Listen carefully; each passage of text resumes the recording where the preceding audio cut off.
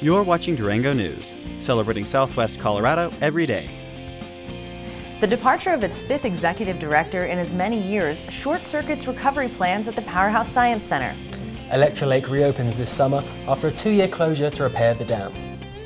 And lastly, find out how you can win a 2015 Indian Scout during the Four Corners Motorcycle Rally. I'm Ashley Dixon. And I'm Jordan Alexander. Watch these stories and more on Durango TV News. Coming up after the break. This program is brought to you by Advantage Dodge Ram Chrysler Jeep at 20th and Main in Farmington. Visit today for your best deal. You're watching Durango TV News. I'm Ashley Dixon. City of Durango officials hope to make North Main Avenue more pedestrian and bicycle friendly, but the changes could take up to 30 years. Earlier this spring, Durango received funding from the Sonoran Institute to produce a mobility study along Main Avenue from 14th Street to Animas View Drive. The city hired Alta Planning and Design, a national mobility planning firm, to conduct community meetings and prepare an assessment of North Main pedestrian and bicycle access routes.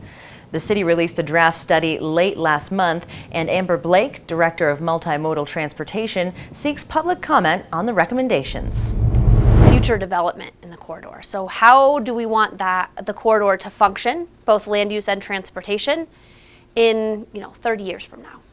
Ideally, what is the community's vision as a gateway coming into town? How should it feel, and how will people use that corridor? So that's what we're looking at, and this mobility plan is one of those building blocks. North Main currently is a hodgepodge of motels, retail outlets, restaurants, professional offices, and residential properties. Sidewalks are narrow in most area, and there's little landscaping. The mobility plan calls for narrowing travel lanes and the left turn lane median to add north and southbound bicycle lanes. Other recommendations call for wheelchair access ramps on curbs and bicycle and pedestrian safety features on intersections similar to those found at College Drive and Camino del Rio. Other features include wider sidewalks and parkways to separate pedestrians from traffic. But don't expect the city to start tearing down buildings to make way for improvements anytime in the near future. The mobility plan is the first step in a long-range effort to prepare the redevelopment of North Main Avenue. As property owners tear down old buildings and plan for new construction, the city wants to be prepared with design guidelines and regulations to accommodate more pedestrian and bicycle access and a greener look to the landscape. Blake says downtown is the perfect example of how long-range planning can work.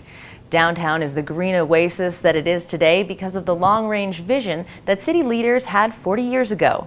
North Main Avenue's redevelopment could take just as long. So it'll be 30 years before we see exactly what the corridor will look like, but we can't get to where we want to go if we don't have a plan. To comment on the North Main Mobility Plan, visit the City of Durango's website at durangogov.org.